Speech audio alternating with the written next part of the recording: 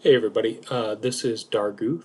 I'm going to try and put together a little video tutorial here of my workflow. I am sure there are better ways to handle the process here, but this is how I approach it, and hopefully it's enough to kind of get people started. I apologize in advance. I'm trying to get something out quickly to kind of maintain the momentum here of people's interest. So this will not be scripted. It might be a little meandering, and I apologize in advance for that, but I'll try to keep it focused. So starting things off, I'm going to start this with the assumption that you've worked with MadSpy here, who has graciously set up the new repos for us to get access as a contributor and an owner of this workspace, so that you can work from these repos directly. If that has not happened, your workflow will be slightly different. You're going to have to go to these repos and you're going to click fork and create a fork that you will become the owner of, and you'll initiate pull requests from your own fork. And the workflow is a little bit different, but it's not too crazy. But I think the recommendation is, yeah, just let's all become kind of contributors of this primary repo and not have to worry about all that forking, because what forks are really for are for deviations of the standard project, which is not what we're really kind of working for. Unless you want to, if that's what you're here for, that works too. If you have your own thing you want to do. So going from there, so I'm assuming that you are a contributor to this this repo, Grimdark Future of OnePageRules, and you're going to be able to have write access to these files to be able to create your own branches and submit PRs and all that good stuff. So once you're here, I'm going to bring up. I use the GitHub app. I do not use Git commands through command line interface because, well, I'm not a developer by trade and I didn't feel like learning that. And this works pretty well for me. So so assuming you've got the GitHub repo here, or not repo, the application, you're going to have to choose which repository you want to be working from, and you're going to clone that all locally to be able to actually make modifications against. So what I'm going to do here is I'm going to go to, you see the OnePageRules project and all the repos associated with it. I think this is actually a GitHub org. So I'm going to select the OnePageRules Grimdark Future, and I'm going to clone it. And I'm going to go to, going to define the path that I want this to go to. I have to take a quick second here to go, and I forgot to clean out that space in my haste to get this stuff going. So let me just nuke that really quickly and come back here, and there we go. Look, it's empty. I can clone to it now. So I'm gonna, this is the repo that I want to clone. This is the local path I want to save that data to. Hit clone, and it's going to start bringing all those files down locally to whatever directory you specified. You get this nice little interface here. So you can see the current repo is Grimdark Future. The branch that I'm targeting is the main branch. The main branch is basically the primary branch that's going to be used for actually releasing content from. Just a kind of an aside, you might hear it referred to as a master branch. That's kind of old terminology that's getting phased out of the industry lexicanum because of the whole master-slave, master-worker relationship. So now it's called a main branch, but if you hear master, it's just a slip of the tongue that they mean the same thing. So anyway, so from the main branch, we generally don't want to do commits and things like that directly to the main branch. It's much kind of a better practice to create separate branches to do development in, and then when you think you're happy with all those changes, you're going to put up a pull request that will get reviewed by other contributors, and once everybody's kind of happy with it, we'll get merged into the main branch and be ready for release. So that's what I'm going to do here. So I'm going to go to branch, and I'm going to create a new branch, and in this case, I'm going to be working on the Human Inquisition version 2.8 update, so that's what I'm going to name it. I'm going to create that branch, and I'm going to publish that branch. And really, all I'm doing here with the publishing is this GitHub app. This is all local control of local files on my actual computer. the app helps keep it all synced with the GitHub host, the server there. So if we go back and kind of look at that really quickly, if I go here, I go to the branches, you'll now see, oh look, somebody's created a Human Inquisition version 2.8 active branch, and it was just me right now publishing it. So anyway, going back to GitHub. So from here, this is where you're going to end up as you make changes through the data editor, and you validate those through the roster editor. Once you're happy with them, you're going to be committing those changes here, and you can see all the diffs of your commits between kind of the files that originally existed versus what you've changed, and we'll go through that as I do it. And then as you're gonna basically publish those commits again to the through this interface to push them to the actual GitHub server there where things are hosted, so that if anybody else wants to work in the same branch as you, they can get the active state of things.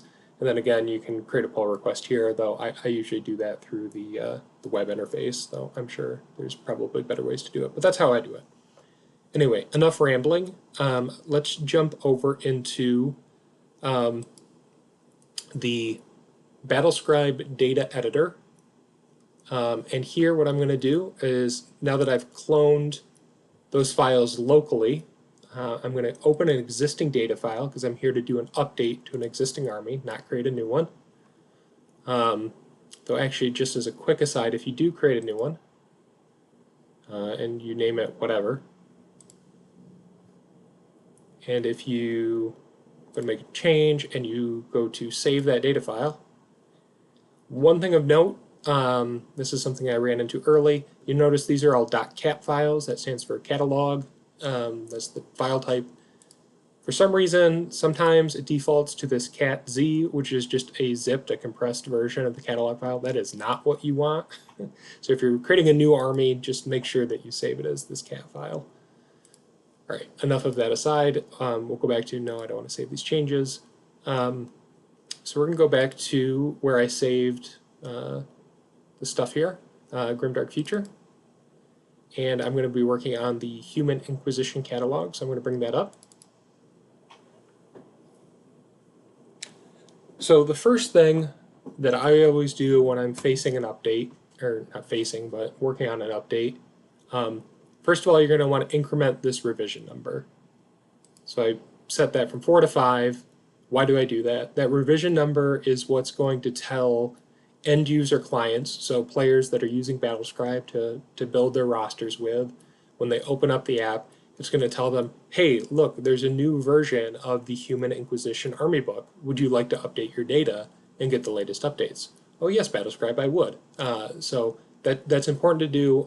If we left this as version 4, you get in a weird state where users that have already downloaded the data will be using kind of the old version of the files, but if somebody downloads it fresh, or if they manually run a data update, they're going to get the new stuff. It's weird. So I just always try and make sure to increment that right off the bat. The next thing I do is I go to publications. So this kind of object type within BattleScribe really is used to define like rule books, like the source material. What are you drawing from? So if we're in OPR with Grimdark Future, it's mostly going to be army lists, or it could be the main rule book. For kind of more complicated game systems like 40K or something like that, you're gonna have all kinds of chapter approved and the version of this book and the version of that book and this campaign book and that campaign book. But anyway, that's what the publications are for. So here in this case, we're working on Human Inquisition version 2.7 was what previously was published. Again, to remind you, I'm going to be working on doing the version 2.8 update. So that's what I'm going to change it to here. I'm going to change it to version 2.8. Another thing I forgot to mention, sorry, kind of skipping around again, this isn't scripted. If you go back to the kind of root object here, the metadata for this catalog, this army list, there's this author name. I would encourage people, obviously I haven't done it here, if you're claiming new catalogs, put in your author name, you can even put in something like, and this is again totally up to you, like, but some way to contact me if there's problems with the files, they want to get to me, whatever. This could be a good way for us to kind of like, easily claim who's working on what and not step on each other's toes. So I'll put my name in here. Okay, so I've incremented the revision number. I've updated the publication. I'm going to save that. Okay. And if we go back to your GitHub application that you've been running, and again, I guess I kind of forgot to mention when setting up this GitHub app, you're going to need to log in with whatever user you created on the GitHub website, and that's how it's going to sync all this stuff together. So you can see all the changes that I've made. Original changes are in red. Our original status is in red. What I've updated it to is in green, and specifically what I've updated is highlighted. So another thing you want to do is if I bring up the data files again, and I'll bring that in view here. So there's also going to be a README file that exists alongside all of the catalog files in the directory where you clone the repo. And just so you're aware, if we go back to the main GitHub site here, and you're looking here, all this content that you see here, kind of under the list of the actual files that exist within the repo, this README, this is what gets published here for people to see. So this is where you can link to instructions and things like that that has been done here. And we have this whole list of kind of what's done by the Army book, the version, progress. I actually have updated in a separate PR that I don't think has been approved yet, changing this progress column to an author column, because we originally used this progress as we were kind of building the repo, and we have them all now. It's not really useful. So we'll change it to author to track who is the author of which book, and that'll make it easier to contact people with bug reports or updates, that type of thing. So anyway, going back to the actual README file, let's say I want to make that change. So say we want to change that column to author. You can see here's that section, what's done. This is the formatting to create that kind of table that you see here in the actual HTML rendering. And I'll go down to the Human Defense Force, or not Defense Force, Human Inquisition. We're going to update it from version 2.7 to 2.8.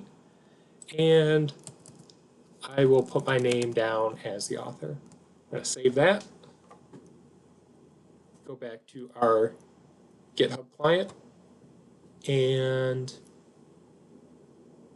there you go. You can see I've modified both the Human Inquisition catalog file that we already looked at and the README to keep it up to date. So when I'm approaching an update, this is basically always my first commit. So I put in something like version updated, and then I'm going to commit that to the branch. And then you're going to get presented with this. Oh, we have a local commit that hasn't been posted to GitHub, so I'm going to push it to GitHub. And again, this is all about syncing your local files with what is up on the repo on the GitHub server.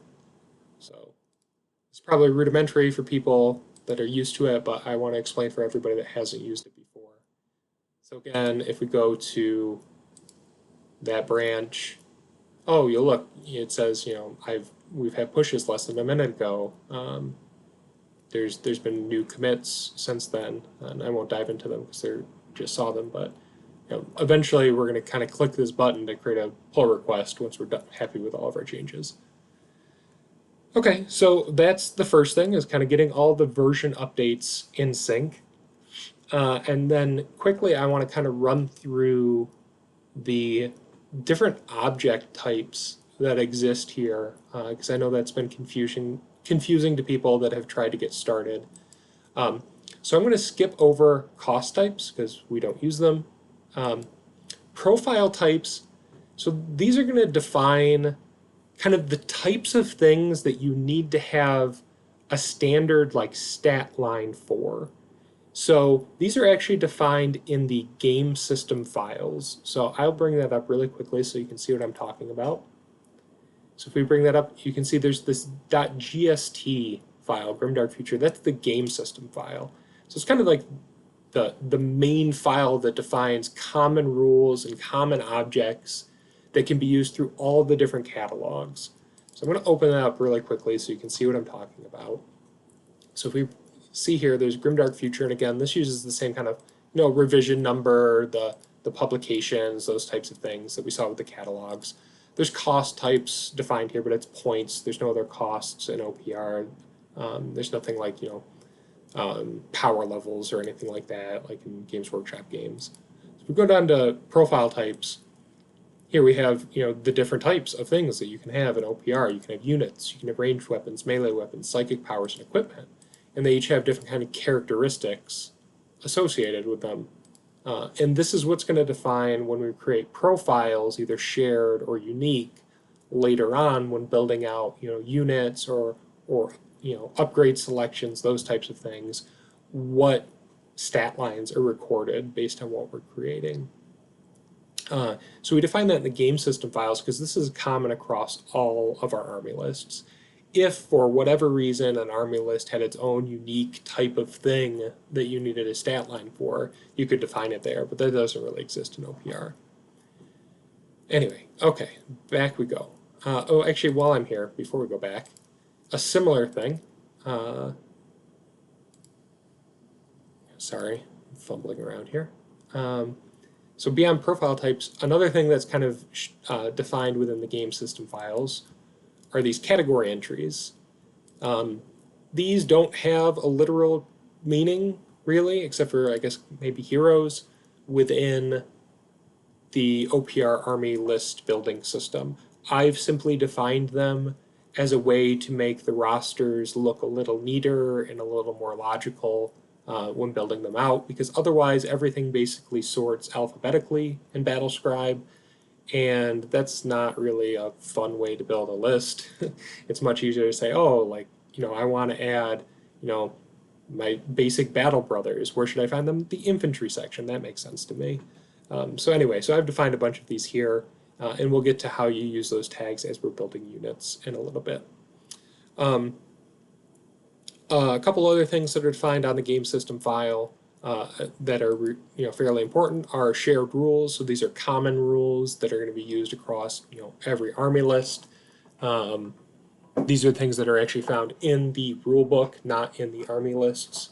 So that's where these all get defined here, and that way we can reference them on basically anything in any army later on. Then we do have some shared selections and shared profiles associated with them. And the reason we have that is because these are common weapons that are found across many different army lists. We don't have to define them this way. We could define them uniquely in every army list, but in most cases they have the exact same profile. There's a lot of units that have an assault rifle, or a CCW with 1 attack, or a CCW with 2 attacks, or a pistol with range 12 attack 1. So we define them once, and then we can select them in any of the associated catalogs. So really, you only want to add these types of things here if they're used in probably like at least 2, but probably more army lists. And I think most of those are defined, so it's unlikely you'll have to add a lot here. You'll be adding things in the individual army lists. So I think that's all there is to really cover in the game system file. So just kind of where that comes from. So I'm going to jump back out of here without saving anything and go back to our Human Inquisition catalog. So again, kind of running down these things, we talked about profile types, category entries, force entries. Again, these don't, kind of like cost types, those don't get really used in OPR because this is for like, other game systems like, again, 40K or something like that, where you'd have like detachments that are defined, and we don't use those here. Shared selection entries. So a selection entry is going to be kind of anything that within the roster editor, so as you're building kind of a roster for whatever army you've selected, something you can click on It's either a unit or an upgrade or equipment or whatever. Making it a shared selection entry basically means that it can be referenced in other objects multiple times. So you define it once, you can reference it everywhere. And the selection entry groups are essentially the same, same concept. A selection entry group is a collection of selection entries. So again, we're going to use these pretty commonly when you're defining something like an upgrade list where, say, a unit has an assault rifle and it says, I have an upgrade list A that says I can replace that assault rifle with 5 different ranged weapons.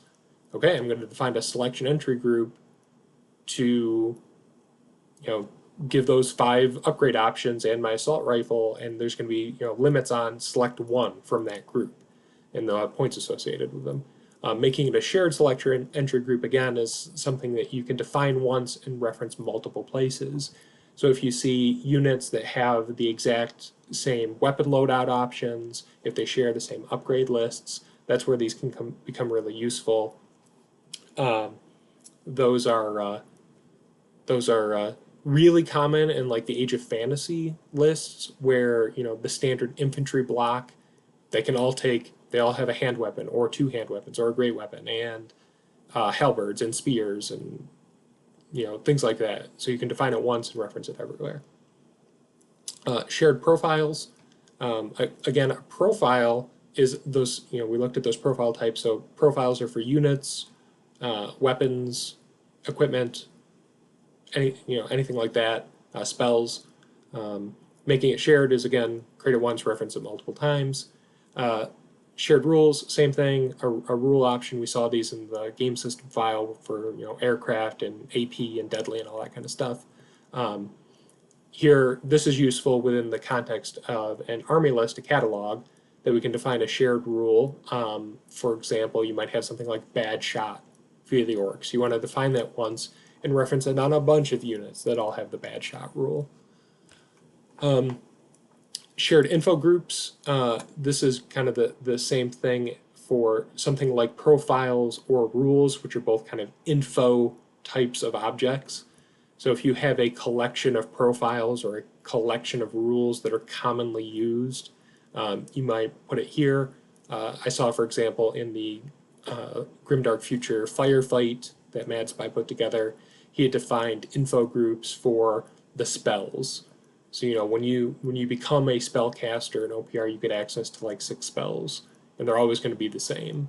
So you define that group here once, you put the profiles for the 6 spells, and then anytime you have a spellcaster, you can reference that info group to put those rules on their profile when the roster is printed out. The root selection entries, these are what show up as like the top level options when you're building a list in the roster editor.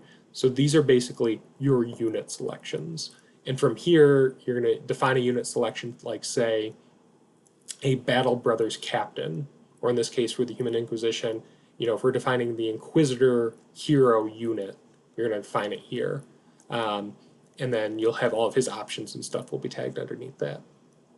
And then similarly, the root rules are, anything that's you want to print out common to that army, like army-wide rules, like no matter kind of what you select, those are the rules that you want to have on the roster.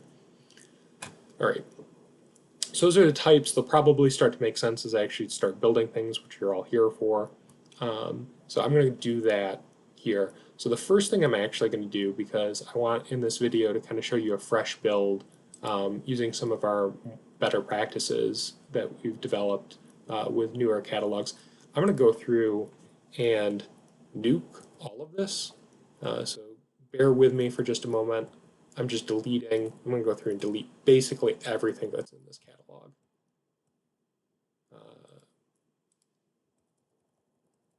And I might not save all of this, but I'm going to use it so you can see what kind of a fresh build for an army would look like, especially given, I think, for our current selection of army lists, and especially with the kind of major overhaul that's coming down the pipe from OnePageRules with the 2.5.0 update, a lot of the list could benefit from just kind of a total rewrite, so that's what I'm going to show here. So in this example, I'm going to go through and we're going to build the Inquisitor hero selection option. So we can see his stat line here, his upgrade options for this upgrade list A. I might not build every single one of these things right this moment, because that would be tedious to watch. But I'll build a couple so you can kind of see what it looks like. He'll be a good example because he's a caster. He's got like unique upgrades. He's got unique items to this list, as well as common items shared throughout multiple lists. And then after I do the Inquisitor, I'll do one of these. Actual units with multiple models, so you can see what a build like that would look like and how to build like combined units and things like that. And then I'll show you the PR process to submit it all. Okay, so this might be a lot of flipping back and forth because I'm working from a single screen for the recording, so I apologize for that. But we're going to go back to the data editor, and I'm going to create, so I right-clicked here. You're going to be right-clicking a lot. That's how you add things in these menus. And I'm going to create a selection entry. I do not want an entry link. A link would link to a shared object. I'm not creating a shared object here because the Inquisitor is unique. I'm not going to need him multiple times. So I'm going to create a selection entry here. I'm going to name it Inquisitor, because that's what I'm making. If you want to, you can link to the publication. You don't really, I tend to not do that. The selection entry type, this is not an upgrade. This is a unit selection. He is a single model, but I'm not going to use model right now because I'll show you what I use models for later with the combined units. For the top level selections, I make them a unit. I put in his cost, his base cost here, which I believe is 55. I'm going to have to check it. Yep, cost 55. Entry, we don't need to handle anything there.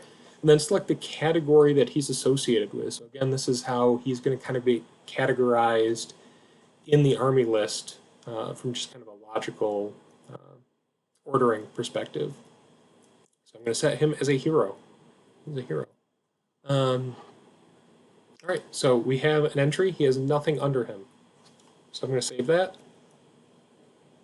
And then very quickly, we're going to jump over to the roster editor. And this is something that you'll find yourself doing a lot, switching between the data editor and the roster editor. So I'm going to create a new roster. I want to select the Grimdark Future game system. Name doesn't matter, cost list doesn't matter. I'm going to click Add Force. And that's where I'm going to select the army that I want to build my roster from. And choose the Human Inquisition, because that's what I want to validate my changes against. So I'm going to create that. And you can see, since I nuked everything and all I've added is Inquisitor, he exists here under Heroes, because that's what I categorized him as for 55 points. And if I add him to my list, he has nothing. Nothing I can select. And if I go to view the roster, he has no profile or anything like that. So we're going to add those in. So I'm going to right-click on him, and I'm going to add profile. I don't want to info link to a shared profile because, again, the Inquisitor is unique. I'm never going to use this profile in any other place. So there it is. And look, it copies the exact same name. I don't have to enter that again. Again, you can put publication, whatever, if you want. I don't. Then you're going to select the profile type. It defaults to unit, but you could select equipment, melee, ranged weapon, psychic powers, based on what you're building. And in this case, I'm going to have to go back and check his stats really quickly. He is a 4+, 3+ with Fearless and Hero Tough. So we're going to put that in, 4+. One odd thing here, you can't tab out of these fields. It's really annoying. You got to click. He is Fearless, Hero, Tough 3. There we go. He now has his unit profile. The next thing I want to do is I want to add all of those special rules so that if somebody selects this unit when building their list, they're going to get a readout of what does Fearless, Hero, and Tough 3 mean. So I'm going to right-click on him again.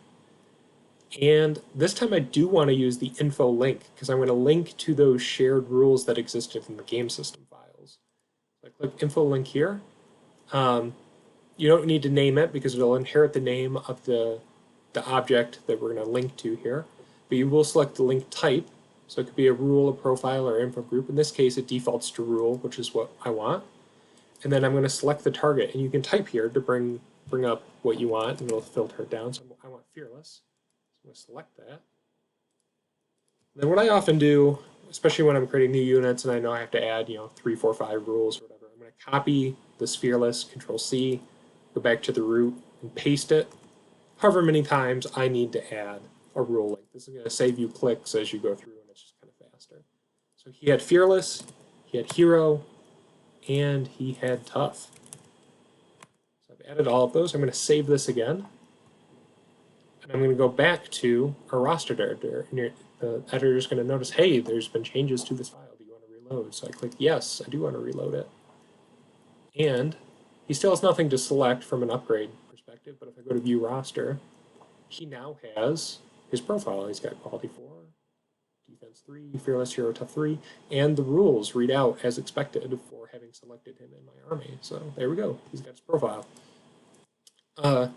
So next comes the real meat and potatoes of building things out. I'm going to need to go through and give him upgrade options and weapons and all that kind of good stuff. So this is where you got to kind of think. You got to think ahead a bit about how you want to structure things. And I'm going to show you something that's maybe a little bit of overkill for this particular list because it's a small list and there's not a lot of shared upgrade objects. But since this tutorial is to kind of show you best practices, I'm going to build it that way anyway. So for upgrade lists, as much as possible, I kind of recommend building those as shared selection entry groups. And the reason for that is, first of all, it makes it much easier to kind of share across multiple units if you have the same upgrades available all over the place. Plus, when you have to come back and update these catalog files later when updates to the game come out, it's much easier to track down those things. I can go to a single spot in the catalog and make points adjustments or rule adjustments, and I don't have to go to the 4 different units that all use the same upgrade list and change it 4 different times. So that's what I'm going to do here. I'm going to create a shared selection entry group list for upgrade list A, and then it's going to have a section to it for replacing the pistol. I'll show you some conditional logic to add assault rifle attachments, and section for replacing the close combat weapon, for upgrading with psychic, and for doing unique upgrades. Again, these are a lot of options. I'm not going to have you sit through the tedium of adding 30 things. I'll do a couple in each area so you can kind of see what it looks like.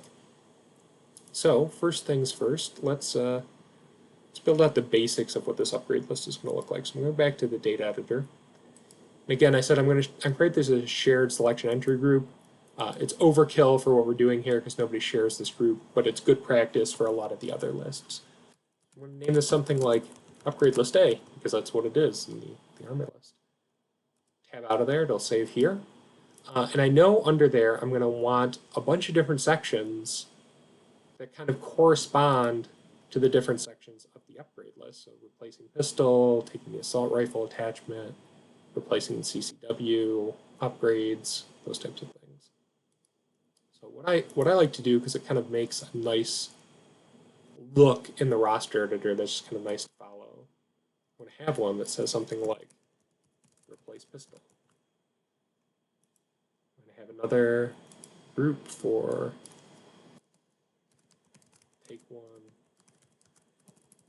assault rifle attachment.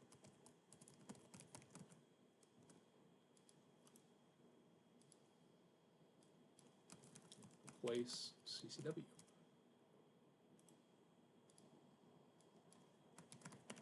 Upgrade with capitalization and upgrade with 1. So I save that.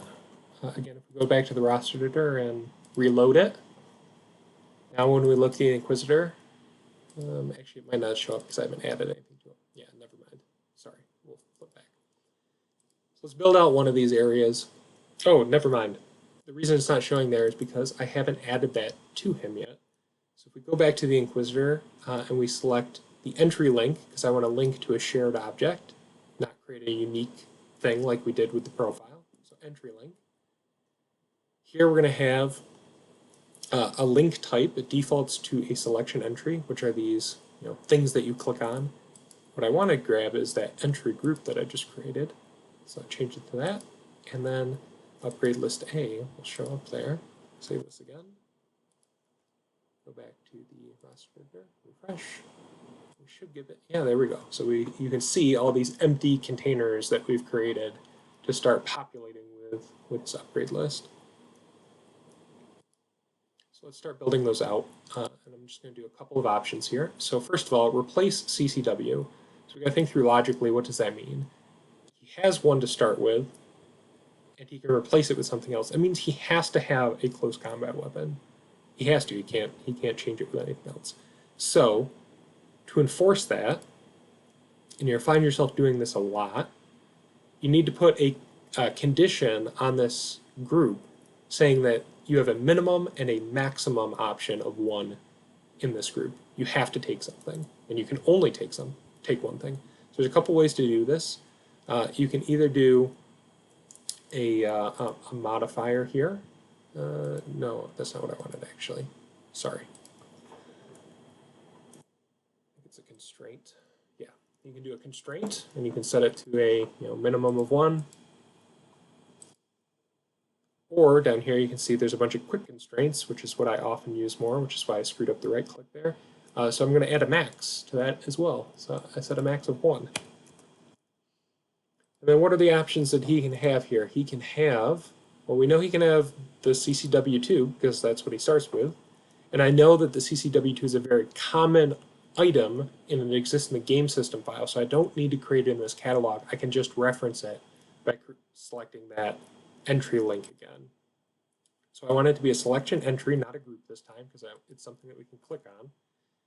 And then we can filter down, and here it is, the CCWA2.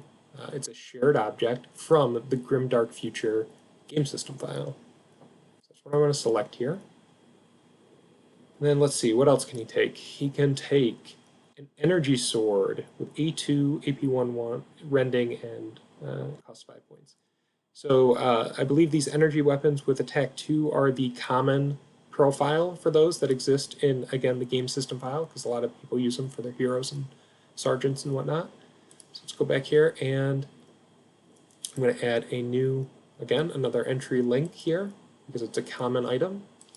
I'm going to look for energy sword. There it exists. And here, you'll notice I didn't add any points to the CCW because he starts with it, it's free. The energy sword costs 5.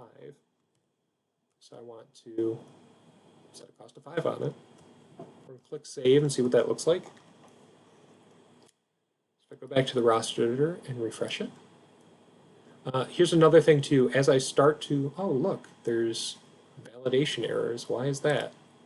Oh, if I look, there's errors. Inquisitor must have one more selection for replace CCW minimum 1. That's the constraint we put on this list. You can see he has nothing selected. Okay, so if I select something, oh, that goes away. And look, none is no longer an option because that's actually not valid for this list. It only existed there because the file was out of date when I reloaded. But he didn't start with the CCW. I had to select it, which is not what we want. So let's maybe delete him and create it again. But look, he has the same validation error. I want him to start with the CCW. How do I do that?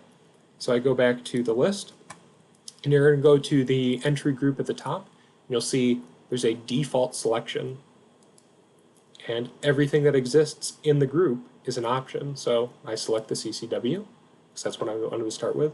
And the way this works is that whatever minimum constraints are on the parent, so again, we have a minimum constraint of 1 on the parent, we have to take one thing from this list. That's how many default selections will get created. And this can be important in certain lists where you have a variable amount. A unit maybe can take, or has to start with like 2 heavy weapons, but they could take a third. So if I bumped this maximum constraint up to 2, he's not going to start with 2 selections in here. He's just going to start with 1. But he could take 2, so that's how that works. Move that back down, save it, reload this. Now here's an important thing. Often as I'm making changes to a unit, especially around the constraints and the validation of what is a legal list to build, I always recommend delete whatever you had here and start fresh, because that'll be what your end user is actually doing. So if I click him, oh look, he starts with the CCW that I wanted and it's listed there. And if I bring up the view roster, it uses the profile from that shared game system file that we're referencing. So hooray, he's got it. All right, let's go back here. Let me see if he has, yeah, so he's got a unique item. So the energy sword, energy fist, and energy hammer, those are all common things. So we can add those quickly enough. But I want to show you how to build out the Daemon Hammer, because that's unique, I think, to this list. It's at least not common enough that it exists in the game system file. So first what I'm going to do is I'm going to do a search on the PDF for Daemon Hammer. Okay, so it's only used in this one place. And why did I search for that? Because if it was used in 4 different places, I want to create a shared selection entry. In this case, it's only used in 1, so there's no point in making a shared selection entry. So what I'll go here is in that group, I'll create a shared selection entry. We'll call it Daemon Hammer. I believe it costs 20 points. You'll notice that the type up defaults to upgrade, so except for when you're kind of adding the root selection entries and things as you're creating entry groups for upgrades and items and stuff, you don't have to change that. You don't need to categorize it or anything. But I need to give it a profile, and that profile needs to be a melee weapon. And then it has 2 attacks, AP 4, and deadly 3. So I put in A2, AP 4, deadly 3. And then I need to associate those rules with this weapon so that if somebody selects it, they get the rules readout that they need to be able to play the game effectively. Right, so we've got Daemon Hammer, cost 20 points there. And we'll save that. Go over. And voila, he's now got a Daemon Hammer that he can select. And if I view the roster, it's got 2 attacks, AP 4, deadly 3, which is what we want. We've got AP and deadly showing up in the rules, so we're happy there. Again, if this Daemon Hammer was common to a lot of units, you do basically the exact same thing. You would just do it up here in the shared selection entries, create it once, then come down to wherever you want to use it and use this entry link to link to it. Okay, so that's his CCW. We're going to do quickly the same thing with his pistol selection now that you've kind of seen what that looks like. So I'm going to grab the basic pistol.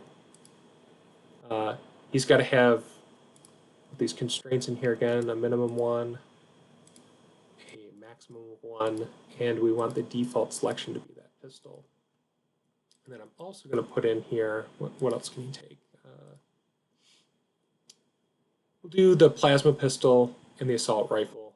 I want to do the assault rifles so I can show you kind of what the how to do the attachments. So if we go back to the data editor, I'll add the plasma pistol. And again, I know this is a common item that's from the game system files. It costs 5 for each of these upgrades. So we'll do 5 points for the plasma pistol. And we'll do, I know the assault rifle is also very common, so it's in here for 5 points. And then what I want to do is this take 1 assault rifle attachment. I want to put a modifier on this, and I want to set it to be hidden. I'm going to set that to true. So by default, it's going to be hidden. When we create this Inquisitor and nothing has changed, it's going to default to true. So I'm going to save this real quick and show you what that looks like. So you see here, he's got the take 1 assault rifle attachment. We're going to reload this. Following my own best practices, I'm going to delete that. recreate him because now he defaults with a plasma pistol. And you'll notice the assault rifle attachment group is gone because I hid it by default. Even if I take the assault rifle, it's hidden because I haven't changed the logic yet. That's what we're going to do right now. So on this condition, this modifier to set hidden to true, I can set a condition on it of what do I want it to be true to, or based on a number of criteria, I can change what it does. So the condition is going to be equal to, well, we'll just do, if there's greater than 0, selections in the parent. So the parent of the Take 1 assault rifle attachment is the Inquisitor, so anything in the Inquisitor. There's more selections in the parent, and all child selections, so it'll cascade through any of the lists, meaning it'll cascade through the selection entry group for the replace pistol group. And then I want to search for assault rifle. So basically what I've done here is, I think I might have screwed this up, but we'll fix it in a second.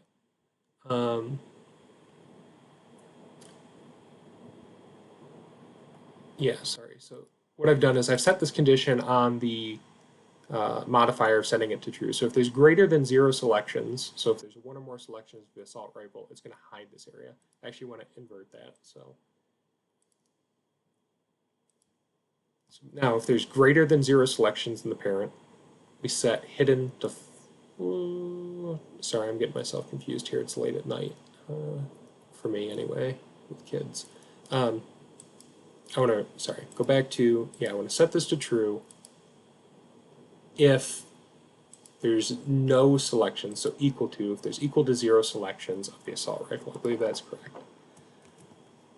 So I'm going to save that, we're going to reload our roster editor, delete our Inquisitor, and start him anew. So again, he starts with his pistol, his CCW. Now if I select assault rifle attachment, or assault rifle, the assault rifle attachment selection appears because I set it so that this is only true, or the hidden modifier is only true for this if I have 0 selections of the assault rifle. I now have 1 selection, so it shows up. So, okay, also here we want to have a max of 1 because you can only ever take 1 attachment. And what's he got available to him? He's got, we'll do the plasma rifle for 10 points. So under that group, we can add a 10-point plasma rifle. And I think he had like something like what, a 15-point flamethrower or something. Save that. Reload. We'll go here. So, yep, he's got the assault rifle, so this area shows up. He can take a flamethrower or a plasma rifle, or he can take nothing. That's valid because we only have a maximum of 1 in this group, not a minimum of 1. But what happens if I switch back to a pistol? Oh, look, it disappears. I can't take the rifle attachment. Perfect. But what if I had something selected, and then I deselect it? It'll give you a validation error. Basically, if a group is hidden, it doesn't matter how many minimum maximum constraints you have on it, you can't take anything from it, and it'll error out. So you'll get a validation error. So if I set that to none, it'll disappear like we're supposed to. So there we go, voila, he can take all this cool stuff now. Yeah, so let's hop back. Let's do his upgrade with Psychic. Let's handle, how do we do Psychic power? So what I'm going to do is, let's see, can anybody else in that list take Psychic? Yeah, the Psychics unit can. So what we're going to want to do then is create. Nobody has the option to call it like forbidden lore though, so we'll do that. Forbidden Lore Psychic 1, I believe it costs 25 points. Double check. No, only 20. Okay. It's an upgrade. This upgrade with, actually I think I put this in the wrong category, right? Yeah, I want it in the upgrade with, not upgrade with 1. So, cut, paste. We'll put a max constraint on this. You can only take the upgrade once. Now, because the psychic powers are shared, though, we don't want, it can be multiple units are going to use it. We're going to create it as a shared info group. And I will call this psychic spells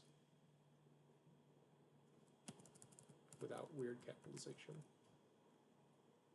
And under that shared info group, I'm going to create profiles for psychic powers. And the way I tend to do this, just because I'm kind of OCD with the formatting, is I put in the name an ordering of 1 through 6 so that they show up in the same order in the roster printout as you're going to see in the army book, just so it's easier for people to cross-reference and you get the same 4+, 5+, 6+ kind of readout. Otherwise, it all gets sorted alphabetically, which is kind of gross to look at. So I'm going to call this 1 Foresight. We need a 4+ to cast it. And then the details of the spells, just copy and paste it. And then clean up the formatting.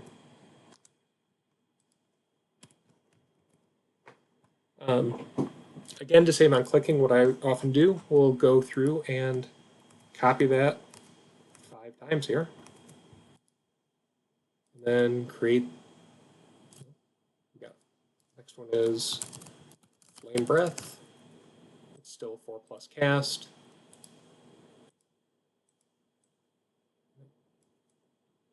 Copy this. Paste it. Clean up the formatting. I'll do this one more time. We don't have to go through them all. So the next one is Protective Dome.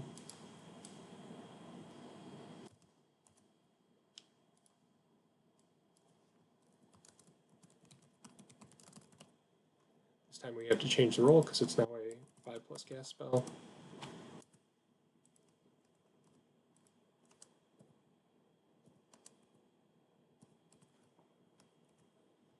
Okay, so we'll leave it at that. You'd fill out the other 3 if you were building this for real. So we're going to go back to the Forbidden Lore upgrade option that he has with him. We're going to do an info link to an info group, which is what we just made, to the psychic spells. The other thing we want to do here is make sure that we link to the rule for psychic, so people know how to cast their spells if they take this upgrade. I'm going to save that. We'll go back to our roster editor and reload it.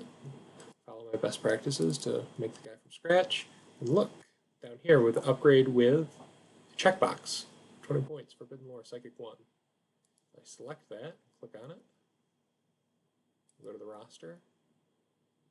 You can see it'll show you all the spells you can cast now. The Foresight one that we have in there like 4 times because I didn't update them, it automatically weeds out anything that's duplicated, so you don't have to worry about it.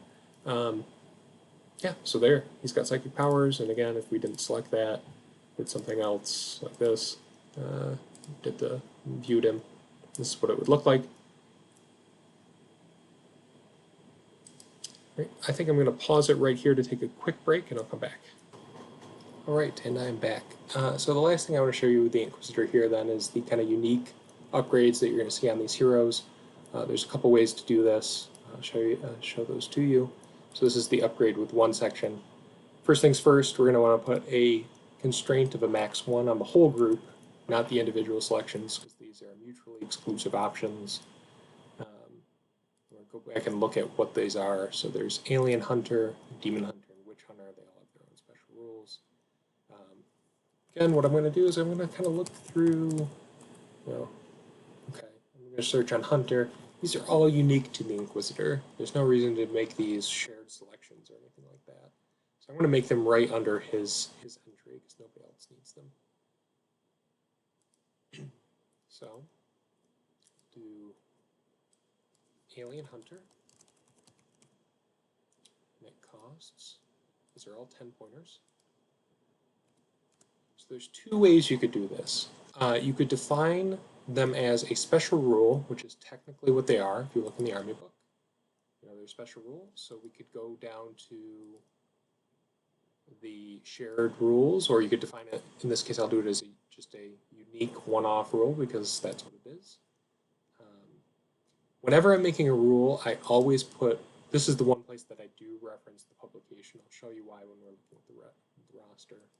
So I do put the publication in here, and then we can go through here and, kind of similar to the profiles, just copy and paste it. Fix the formatting. Save it. So that's one option. Also, something of note here, you'll read this, the hero in his unit count as having the Furious rule.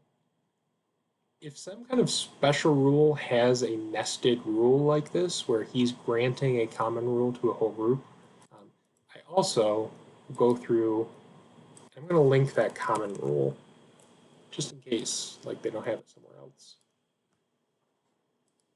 So that's one way to do this, so the Alien Hunter. The other way, we'll do the, was it Demon Hunter or something? They were all 10 pointers. The other way is to instead of defining it as a rule, define it as a profile of the equipment type. You can then go to, I'm going to copy and paste here again.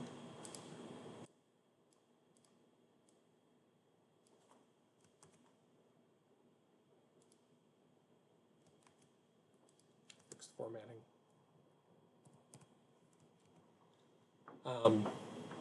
So pretty much the same thing, but as a profile instead of a rule, and I'll show you why there's differences when we get to the roster.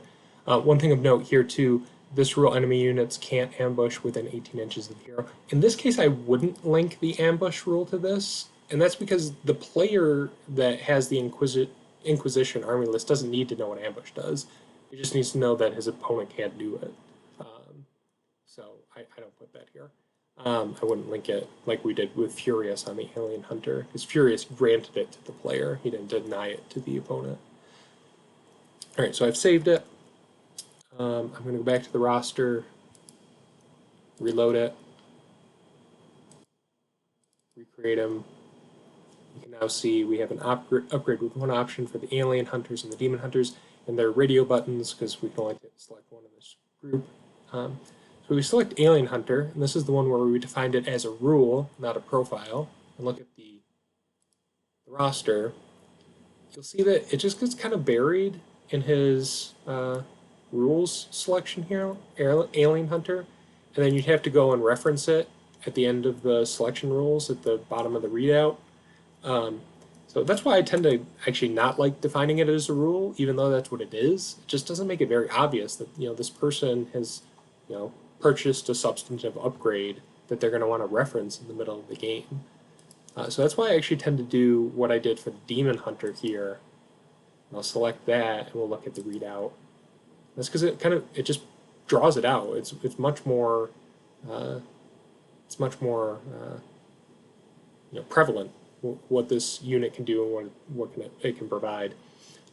Also, stepping back real quick to the Alien Hunter, I mentioned why I would do the publication dates. If you look in the selection rules, the publication appears at the end of the rule. I like to do that just so that it's easy to know where is this rule coming from if you need to go back and reference the actual printouts. For whatever reason, the BattleScribe, whatever we transcribed is wrong or out of date, the player knows where to go in the actual official documentation to find the rules that they need to play. So that's why I always reference the publication there. You could do it on all these upgrades. That often seems like overkill to me and gets really messy and busy, so I don't do it. but I do it on the rules. Anyway, stepping back, yeah, so I do the one-off kind of rule equipment things as equipment rather than rules when they're like hero upgrades like this, just so they're easier to see and to spot. I think it looks nicer in the readout. I'm sure we can discuss best practices for something like that in the chat if people disagree, but this is how I do it. All right, so I think that's as far as I'm going to take the Inquisitor, because we've shown you more or less, what his loadout is going to look like. You'd have to fill in all the other options that exist in this big list. I'm not going to do that for this tutorial. So that basically would finish him out. You just go through and add all the rest of this stuff, which would be more or less exactly the same as what we've been doing so far. So what I want to jump down to then is one of the units of more than one model. And let me give a quick look at the upgrade options. B, C, and D, just to see which one might be good. They all look pretty similar. So let's do the Acolytes. All right, so we're gonna aim to do the Acolytes unit here. So they're a 5+5+, no special rules, pistols, close combat weapons, unit of 3. They can take a whole bunch of stuff. Again, we're not going to build out all of this. Yeah. So, how are we going to do this? First things first, whenever I go onto a new unit, I tend to minimize everything else I was working on because it just becomes clutter in your list. So I'm going to create a new root selection entry. Again, these are the things that show up as units in your main selection of the roster. Acolytes. The difference here, so I'm going to select them as a unit. I'm not going to define the cost here for units of more than one model. I did it for the Inquisitor, because he's only one model. I don't do it here for units of more than one because you can have combined units. So what I like to do, kind of right off the bat, for any kind of unit like this, I define an entry group. I name it unit size. And I use the asterisks so that it sorts higher alphabetically, so that this group will always appear at the top above upgrade options. I just think that looks much nicer. It's always in the same place when I'm building units. I don't have to search through it based on all their options. I think it just works out better. So unit size. And then I'm going to define a selection entry. I'm going to call it Acolytes, the unit name, and the minimum unit size of 3 in brackets there. Same as it looks, exact same as it looks on this army list. So Acolytes 3. And then, this is an important bit, I'm going to define it as a model. And I'm going to define the points cost, which is 35. So this is maybe a little hackneyed, because I've actually defined a selection of 3 models as a model. And they collectively cost 35 points, which isn't true, but there's a method to the madness. The next thing you're going to do is apply a minimum of 1, apply a maximum of 2, because you're going to either have a minimum unit or a combined unit. And then you're going to go back to the unit size group. You're going to define that model selection as your base selection. And obviously the reason to do that is because you want to start with 3 guys for your min 1 constraint there. Next thing we're going to do is, as always when building these out, we're going to give them a profile. They were a 5+, I believe. We'll double check here in a second. 5+5+, with no special rules. Is that true? Yep, 5+5+, no special rules. Cool. Save that out. Go back to our roster editor and validate what we've done. Oh, look, they're uncategorized. I forgot to give them a category. Let's fix that real quick. They are an infantry unit.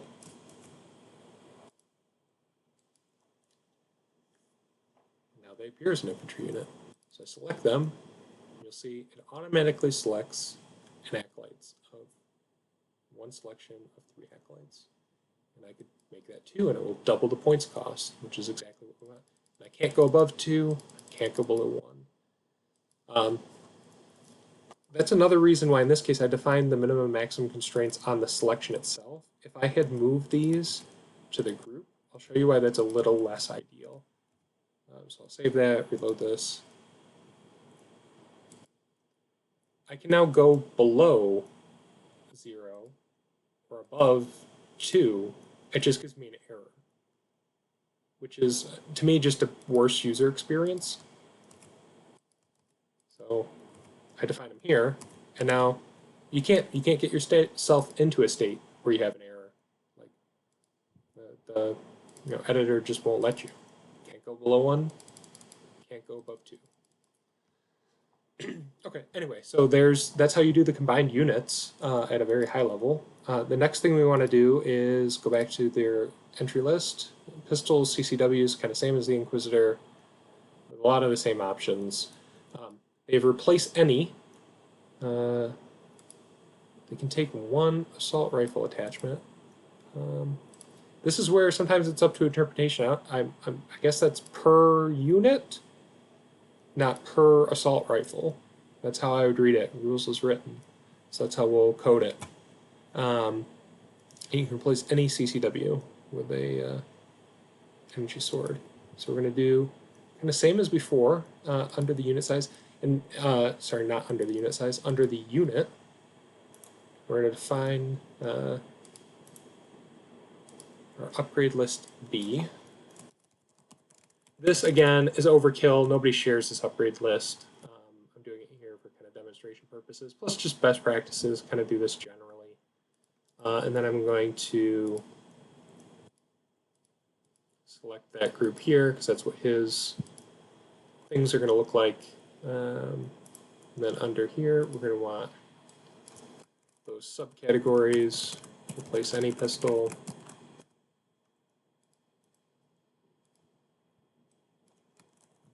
Replace any CCW.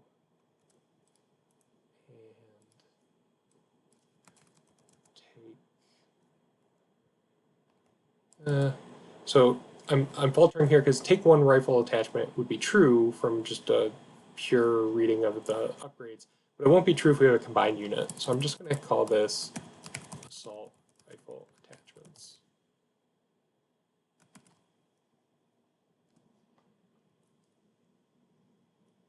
So let's start with replace any pistol.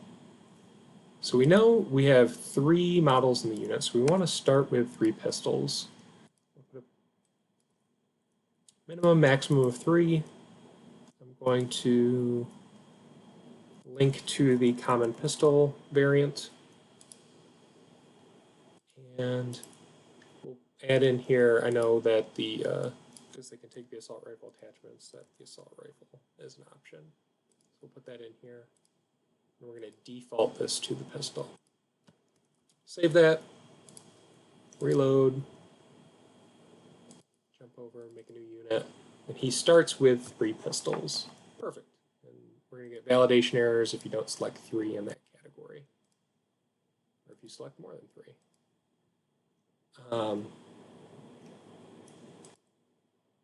So then, if I make this a combined unit, can I take 6? No, I can't take 6. That doesn't make sense. All right, so the way you handle that, because we need to be able to take more weapons the bigger the unit size. On these constraints, sorry, on the group, you're going to add a modifier. I gotta remember what this is. Yeah, so you're going to do a modifier, and you're going to modify the constraints you put on here. So I'm going to modify that minimum. And how do I want to modify it? I want to set it to 6.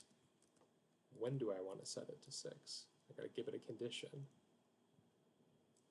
If there are greater than 1 selections in the parent, and all child selections, so that it traverses everything under the Acolytes selection of the model type. You remember we defined this selection as a model. So if they take more than 1 model, they take 2, which would be a combined unit.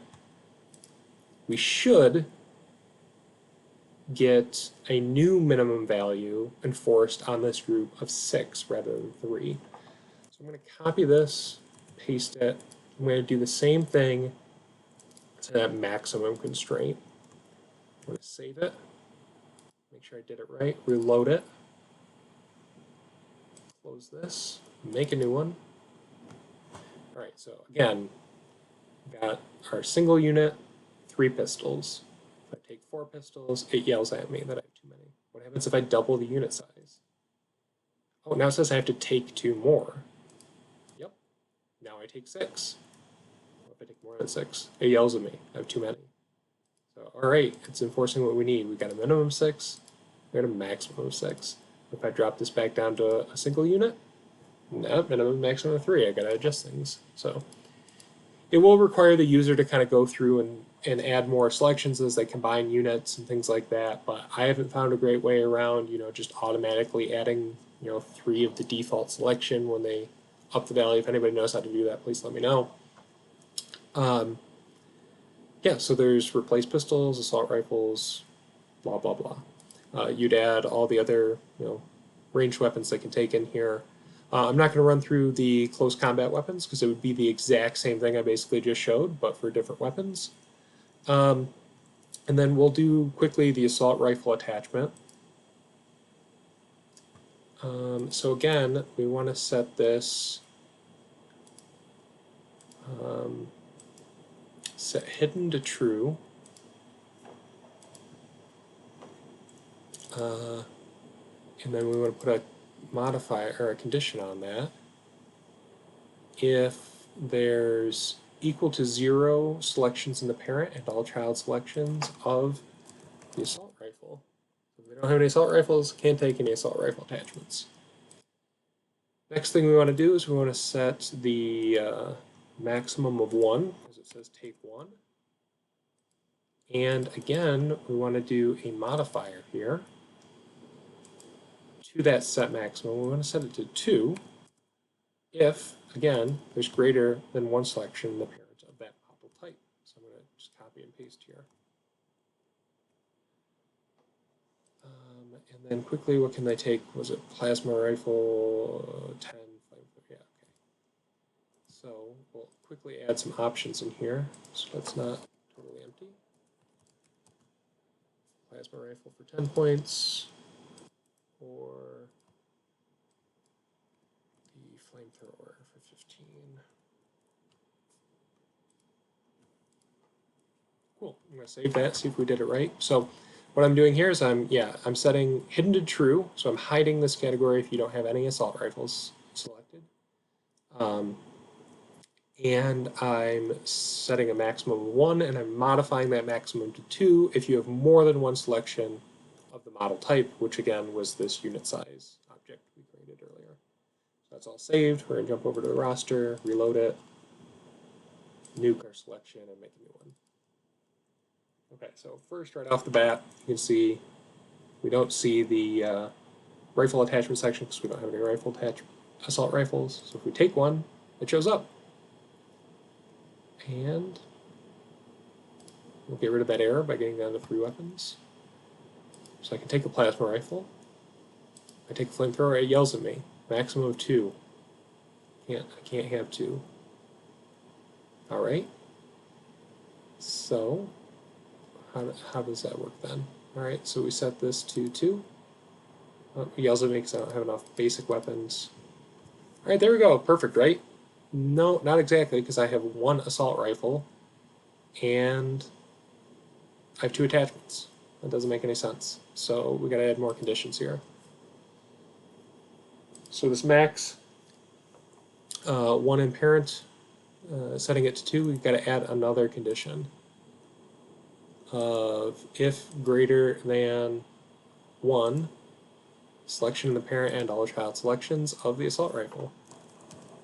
So now you have to have at least 2 assault rifles to take an assault rifle attachment, and you have to have a combined unit. So you can only take 1 per unit before you combine it. So you can have a maximum of 2, but only if you have at least 2 assault rifles. Reload this, nuke it, make a new one. Alright, so we're gonna test what we just changed. We want a combined unit. We're gonna give him 3 assault rifles. So we got the right number of ranged weapons, 6 for our 6-man unit. And I'm gonna take a plasma rifle and a flamethrower. But I have 3 assault rifles. Can I take a 3rd attachment? No, I cannot. Like, maximum of 2, even though I have 3 assault rifles, because I can only take 1 per unit that was combined. Right, so that is it. That is, building out the rest of this unit would just be adding the rest of the options. That's all the logic you really need to know. So, say I, considered what I've done here in the data editor complete. This is as much as I want to do with it. So it's all been saved. I'd go back to GitHub, or my Git client. I'd commit all those changes.